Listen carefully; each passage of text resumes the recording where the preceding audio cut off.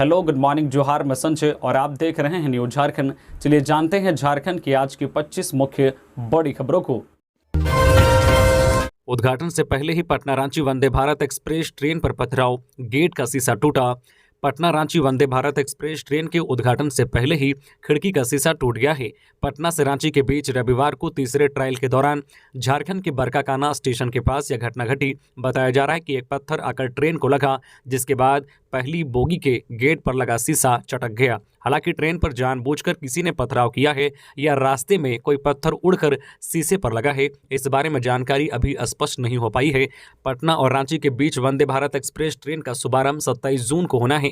PM Narendra Modi इस train का उद्घाटन करेंगे। 2 दिन पहले ही ट्रेन का शीशा टूटने से रेलवे अधिकारियों में हड़कंप मच गया है। रिपोर्ट्स के मुताबिक पटना और रांची के बीच रविवार को वंदे भारत ट्रेन का तीसरा ट्रायल किया गया। पटना से जब ट्रेन रांची की ओर जा रही थी, तभी बरकाकाना रेलवे स्टेशन के पास ट्रेन के गेट पर एक पत्थर लगा, इससे शीशा टूट गया। घटना की सूचना मिलते ही रेलवे अधिकारी सख्ते में आ गए। फिलहाल इस मामले की जांच की जा रही है।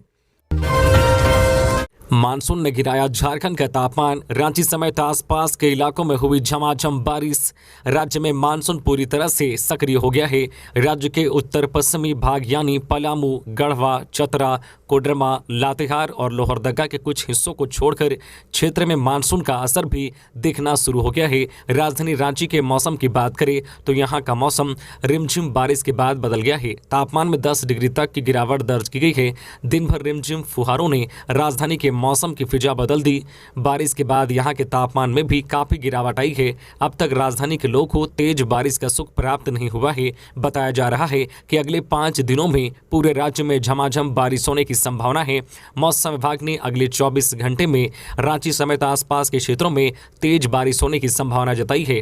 राज्य के सभी हिस्सों में अगले 5 दिनों के दौरान बारिश होने की पूरी संभावना है। मौसम विभाग ने आज 26 जून को पलामू और राज्य के दक्षिण और इससे सटे मध्य हिस्सों में बारिश होने की संभावना जाहिर की है।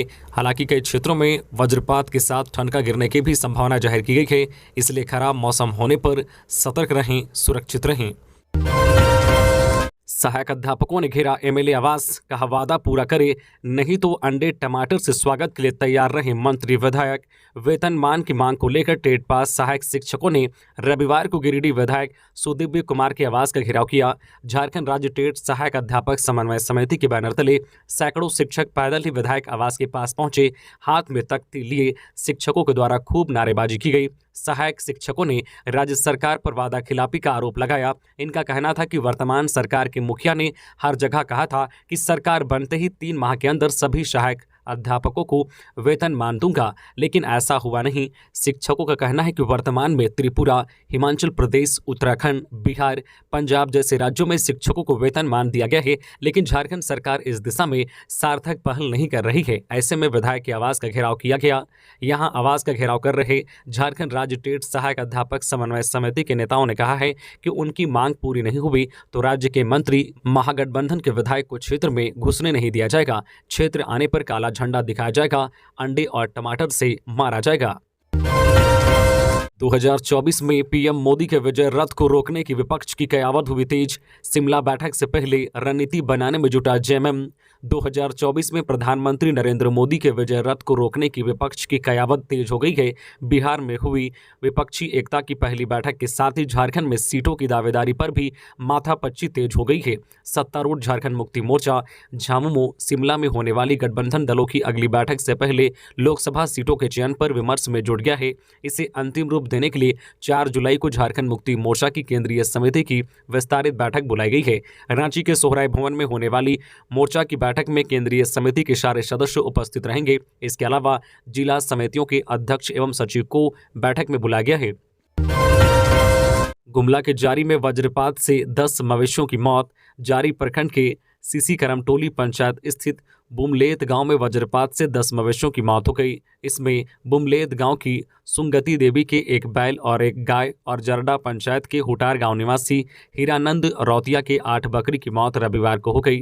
सुंगति देवी ने कहा है कि दिन के लगभग 12 बजे तेज बारिश के साथ वज्रपात हुआ। मवेशी आम पेड़ के नीचे बारिश से बच रहा था। अचानक वज्रपात होने से गाय और बैल की मौत हो गई। उन्होंने कहा है कि मैं घर में अकेली हूँ, मेरा पति काम करने के लिए बाहर गए हुए हैं, मेरा छोटा बेटा किसी तरह हल चलाकर खेती बाड़ी करता है, जिससे हमारा परिवार चलता है। खेती बाड़ी के मौसम में बैल की मौत होने से हमारा परिवार विकट समस्या में आ गया है। घटना की जानकारी मिलते ही जिला परिषद सदस्य दिलीप बड़ाई घटनास्थल पर पहुंचकर पीड़ित परिवार को आश्वासन देते हुए मुआवजा दिलाने की बात कही है। दूसरी घटना जरडा पंचायत निवासी गरीब किसान हीरानंद रौतिया की 8 बकरी की भी वज्रपात से मौत हो गई। पीड़ित ने बताया है कि तेज बारिश हो रही थी तो सभी बकरी पेड़ के नीचे बारिश से बचने के लिए गए थे, तभी वज्रपात हुआ जिससे मेरे 8 बकरी की मौत हो गई। उन्होंने मुआवजे की मांग की है। कोडरमा में स्वास्थ्य केंद्र के बाहर खुले आसमान के नीचे महिला ने बच्चे को दिया जन्म। एएनएम की लापरवाही से लोगों में नाराजगी। झारखंड की स्वास्थ्य व्यवस्था पर तमाम तरह के दावे किए जाते हैं।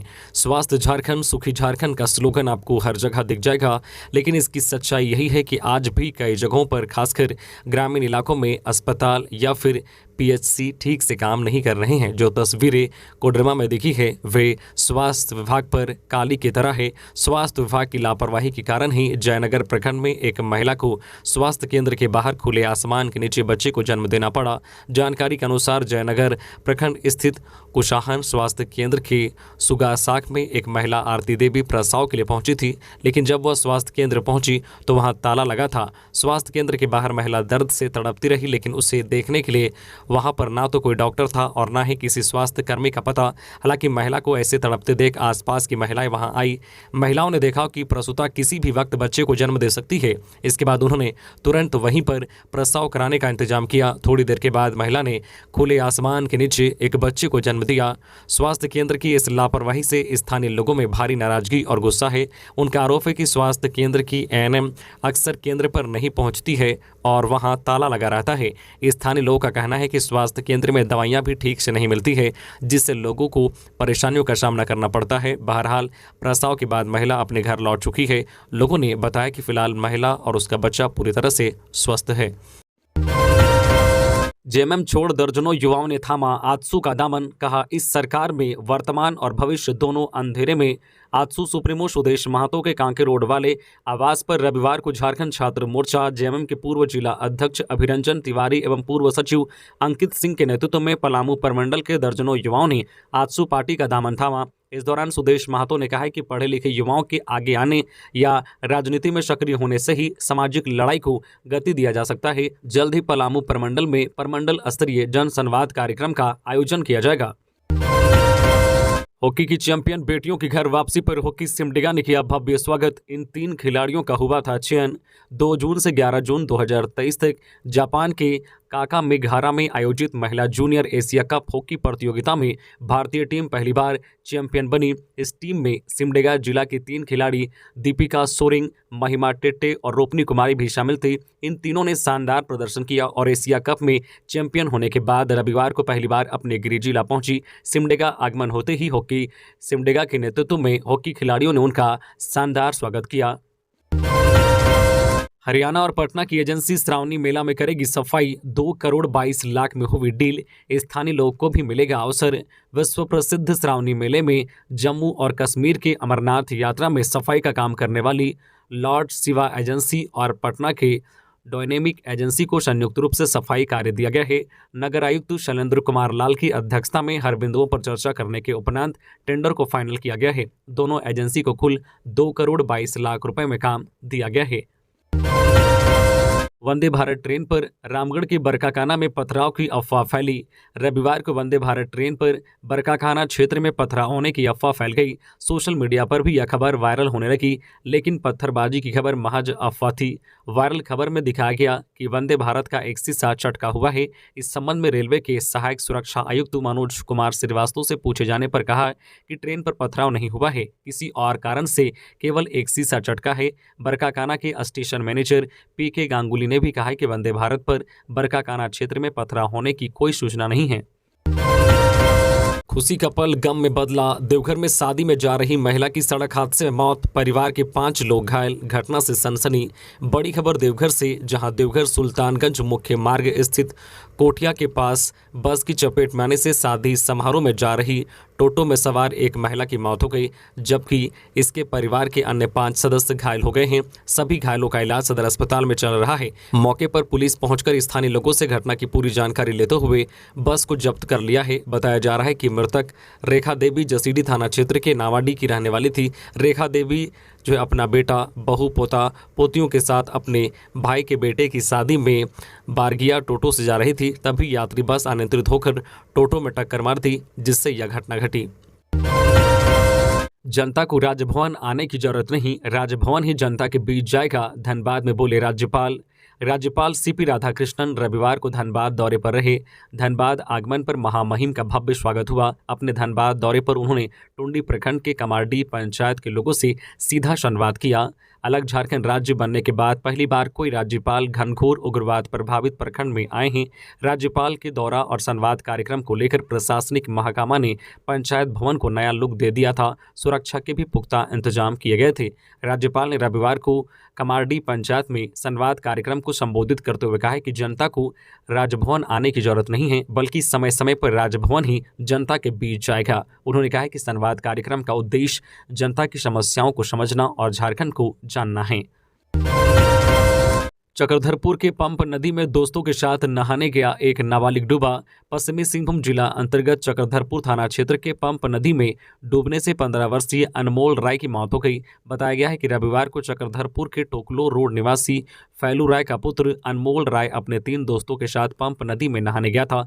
अनमोल तैरना नहीं जानता था। नहाने के दौरान वो गहरे पानी में चला गया। इसके बाद उसके दोस्त काफ़ी देर तक उसकी खोजबीन करते रहे, लेकिन जब उसका पता नहीं चला तो आसपास के लोगों को इसकी सूचना दी। थोड़ी देर बाद कुछ लोगों के प्रयास से अनमोल के शरीर को नदी से बाहर निकाला गया। इसके बाद आनंद फानन में उसे रेलवे अस्पताल लाया गया, जहां डॉक्टरों ने उसे मृत घोषित कर दिया।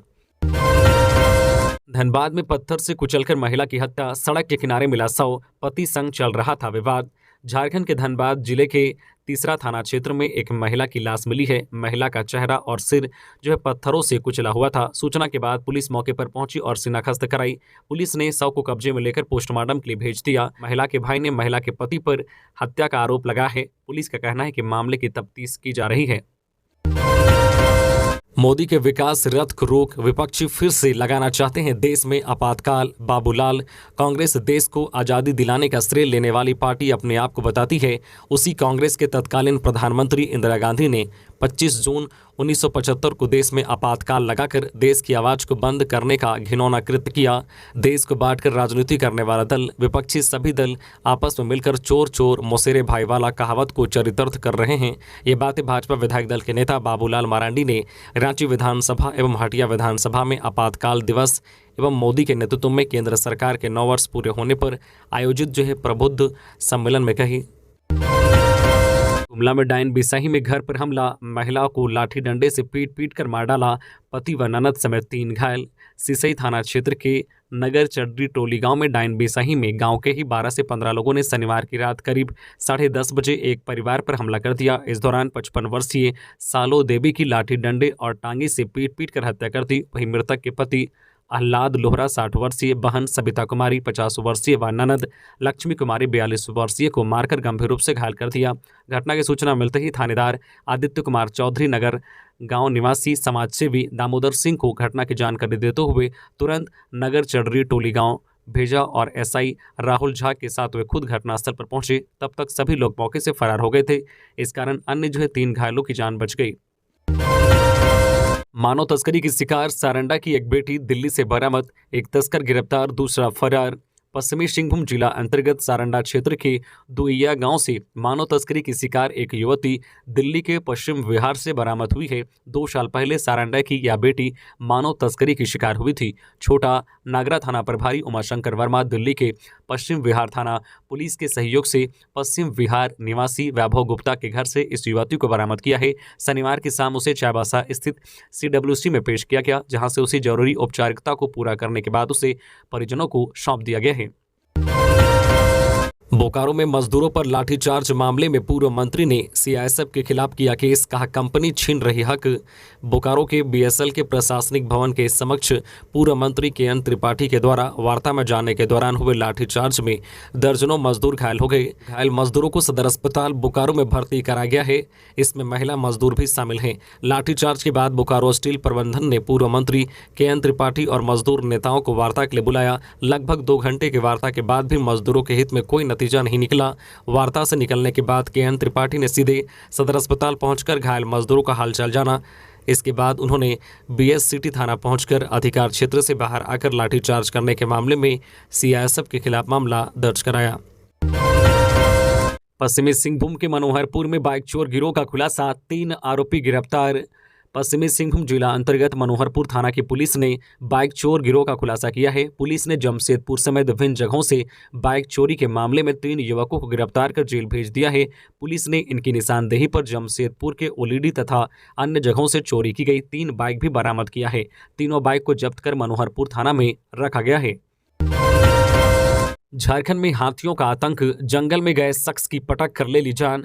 झारखंड के जिलों में हाथियों का आतंक थमने का नाम नहीं ले रहा है। जंगली हाथी आए दिन लोगों की जान ले रहे हैं। ताजा मामला लातेहार से सामने आया है, जहां जंगली हाथियों ने एक शख्स की जान ले ली। घटना हेरहंज थाना क्षेत्र के हुम्बू की है। घटना के बाद मृतक के परिजनों में कोहराम मच गया है। मृतक की पहचान हुम्बू निवासी 70 वर्षीय पूषण राम के रूप में हुई है। बताया जा रहा है कि पूषण राम शनिवार की रात जंगल में किसी काम से गया था। इसी दौरान हाथियों ने पटक पटक कर उसकी जान ले ली। काफ़ी देर तक जब वह घर नहीं लौटा तो परिजनों ने उसकी तलाश शुरू कर दी, लेकिन उसका कोई पता नहीं चला और रविवार की सुबह उसका शव मिलने के बाद परिजनों में कोहराम मच गया। ऑटो चालक संघ ने किया 1 दिवसीय हड़ताल। चालक संघ के नेता ने कहा, मांगों को लेकर पूर्व रेलवे के जीएम और डीसी को सौंपेंगे मांग पत्र। देवघर के जसीडी स्टेशन परिसर से रविवार को टेम्पो का परिचालन ठप रहा। टेम्पो चालक और मालिक संघ के नगर निगम और रेलवे प्रशासन की नीतियों के विरोध में रविवार को 1 दिवसीय धरना प्रदर्शन किया। टेम्पो चालक और मालिक संघ के अध्यक्ष देवनंदन झा ने बताया कि जिस रूट में टेम्पो चलती है उस रूट में ना तो निगम द्वारा टेम्पो पड़ाव है और ना ही यात्री शेड है, जबकि प्रत्येक टेम्पो से प्रतिदिन निगम टैक्स ले रही है, लेकिन कोई सुविधा नहीं दे रही है। वही स्टेशन परिसर में उचित स्थान पर टेम्पो स्टैंड नहीं रहने से यात्रियों को परेशानी होती है। झारखंड के 2 जिलों में हवाई सेवा होगी शुरू, एयरपोर्ट बनकर तैयार। झारखंड में जल्द ही 2 जिलों में हवाई सेवा शुरू होगी। बोकारो व दुमका में एयरपोर्ट के निर्माण का काम पूरा हो गया है। बोकारो एयरपोर्ट में हवाई सेवा शुरू करने को लेकर बोकारो स्टील प्लांट प्रबंधन से कहा गया है कि वह डीजीसीए लाइसेंस के लिए आवेदन करे। वहीं दुमका एयरपोर्ट से विमान के परिचालन के लिए झारखंड सरकार से डीजीसीए से लाइसेंस के लिए आवेदन करने को कहा गया है। झारखंड राज्य हिंदू धार्मिक न्याय बोर्ड नाराज, डीसी से पूछा पहाड़ी मंदिर की दानपेटी खोलने की क्यों नहीं दी जानकारी। नवगठित झारखंड राज्य हिंदू धार्मिक न्याय बोर्ड ने बिना न्याय बोर्ड को जानकारी दी है। ऐतिहासिक पहाड़ी मंदिर की दानपेटी को खोले जाने पर गहरी नाराजगी जताई है। पहाड़ी मंदिर विकास समिति के अध्यक्ष होने के नाते रांची डीसी को पत्र लिखकर न्याय बोर्ड ने पूछा है कि किसके आदेश पर पहाड़ी मंदिर की दानपेटी खोली गई और न्याय बोर्ड गठित हो जाने के बावजूद उसे उसकी जानकारी क्यों नहीं दी गई। करंट लगने से 6 मवेशियों की मौत, पशुपालकों ने की मुआवजे की मांग। लातेहार जिले के गारू थाना क्षेत्र के बाकुला बंद में बिजली का करंट लगने से रविवार को 6 मवेशियों की मौत हो गई। इसमें मवेशी पालकों की कमर टूट गई। पशुपालकों ने जिला प्रशासन से मुआवजे की मांग की है। किसानों ने कहा है कि खेतीबाड़ी के समय में पशुओं की मौत से उन्हें बड़ा झटका लगा है। इधर मुखिया ने प्रखंड प्रशासन से पशुपालकों को आर्थिक सहायता देने की मांग की है। आपातकाल में जेल जाने वालों में प्रथम पंक्ति में बिहार झारखंड के लोग थे, लक्ष्मीकांत वाजपेयी। आपातकाल के दौरान जेल जाने वालों में प्रथम पंक्ति में बिहार के लोग थे। उस दौरान झारखंड और बिहार एक था। ये बातें झारखंड भाजपा के प्रभारी लक्ष्मीकांत वाजपेयी ने पलामू में कही है। पलामू के पांकी में भाजपा युवा मोर्चा द्वारा आपातकाल विषय पर गोष्ठी का आयोजन किया गया। इसमें बीजेपी प्रदेश प्रभारी के अलावा स्थानीय विधायक डॉक्टर शशिभूषण मेहता समेत भाजपा के कई आला नेता मौजूद रहे। मानव दिवस कर्मी के दुर्घटना मामले की हो उच्च स्तरीय जांच। अजय राय ने सीएमडी महाप्रबंधक को सौंपा ज्ञापन। झारखंड ऊर्जा विकास कार्मिक संघ के अध्यक्ष अजय राय ने झारखंड ऊर्जा विकास निगम लिमिटेड के सीएमडी एवं महाप्रबंधक कार्मिक सह सामान्य प्रशासक को एक ज्ञापन सौंपा है। ज्ञापन में झारखंड ऊर्जा विकास कार्मिक संघ ने लिखकर सीएमडी का ध्यान खूंटी में विगत 17 जून को घटी घटना में दुर्घटनाग्रस्त हुए मानव दिवस कर्मी अंबिका दास की और इंगित कराते हुए कहा है कि सहायक विद्युत अभियंता जितेंद्र कुमार की गलत आदेश के कारण यह दुर्घटना हुई है। इसकी उच्च स्तरीय जांच कराकर दोषियों पर कार्रवाई हो, यह कार्मिक संघ मांग करती है। स्टेट ओलंपियाड में 1 लाख से अधिक छात्रों ने कराया रजिस्ट्रेशन। इस महीने आयोजित हो सकती है परीक्षा। झारखंड में JCERT द्वारा आयोजित होने वाली दूसरी झारखंड स्टेट ओलंपियाड में 1,12,000 विद्यार्थी शामिल होंगे। 3 कक्षाओं 7वीं, 8वीं और 9वीं के लिए होने वाली इस प्रतियोगिता के लिए 1 लाख से अधिक विद्यार्थियों ने अपना रजिस्ट्रेशन कराया है। झारखंड स्टेट ओलंपियाड के लिए JCERT अपनी तैयारियों में जुट गई है। यह प्रतियोगिता अगस्त में आयोजित होने की संभावना है। इस बार भी स्टेट ओलंपियाड 5 विषयों गणित, विज्ञान, सामाजिक विज्ञान, अंग्रेजी तथा सामान्य विज्ञान में आयोजित होगी।